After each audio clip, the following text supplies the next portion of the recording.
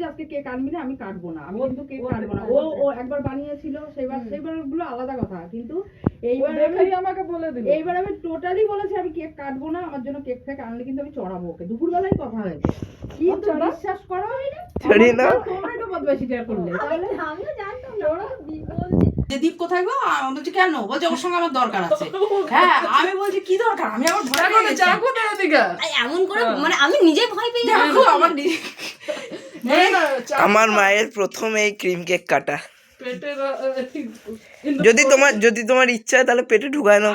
আমি এমনও আজকে দুপুরে বলেছি কেক যদি আনিস সেটা তুই কাটবি, তোরাই কাটবি, আমি কিন্তু কাটবো না, কেক আনবি না। আয় আয় সবাই মিলে কাটবো। আজকে আমার মানে আজকে জন্মদিন মানে মনে রাখার মতন হয়ে যাবে আর কি, যেটা আমি মনে রাখতেই চাইনি। আমি ঠাকুরকে বলছিলাম একবার মেরে দাও নাই, মানে জন্মদিনের দিনই আমি আমাকে তো একবার বলো কেন বলো, তাহলে আমি তো কিছু একটা আনতাম। না না কিছু না, সত্যি মানে কি বলবো, এই কি আনবে, আবার কি আনবে, মায়ের সরো পেলে আমি দিই। Thank you. এই বান্ধবীগুলোকে আমি পেয়েছি আমার এই দোকান থেকে পাওয়ার পর আজকে আমার জন্মদিনে তারা মনে করে কেক নিয়ে এসছে। আমার ঘরের লোক, মানে আমার ঘরের লোকরা ভুলে গেছে আজকে আমার জন্মদিন। হ্যাঁ আশা করি মনে নেই, দীপের মনে ছিল, দীপ ফটো ছেড়েছে, বাকিদের কথা বলছি।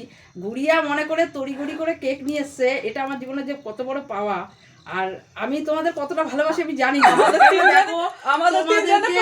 তোমাদেরকে আমি 10 টাকার কোনোদিন ফুচকাও খাওয়াইনি, কিন্তু আমার কাছে যে তোমরা এত বড় বড় জিনিস তুলে দিচ্ছ আমি এর দাম রাখতে পারবো। আচ্ছা ঠিক আছে, বড় জিনিস পরে তুলবে, কেকটা মোমবাতিটা বলে যাবে। সবাই মিলে কাটো। হ্যাপি বার্থডে ফুকো ফুকো, আরে ফুকো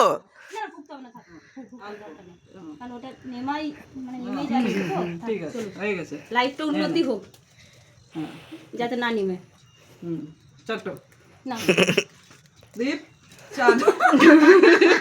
গালে মাখলে না শীতের টাইমে উঠবে না, উঠবে না, ওই আর্টিস্ট্রি মেখে নেবে।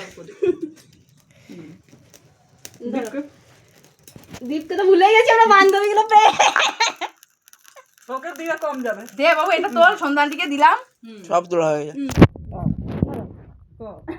আঙুল দিয়ে হাত উঠলো আন্টি, শুধু না না সব উঠে যায়।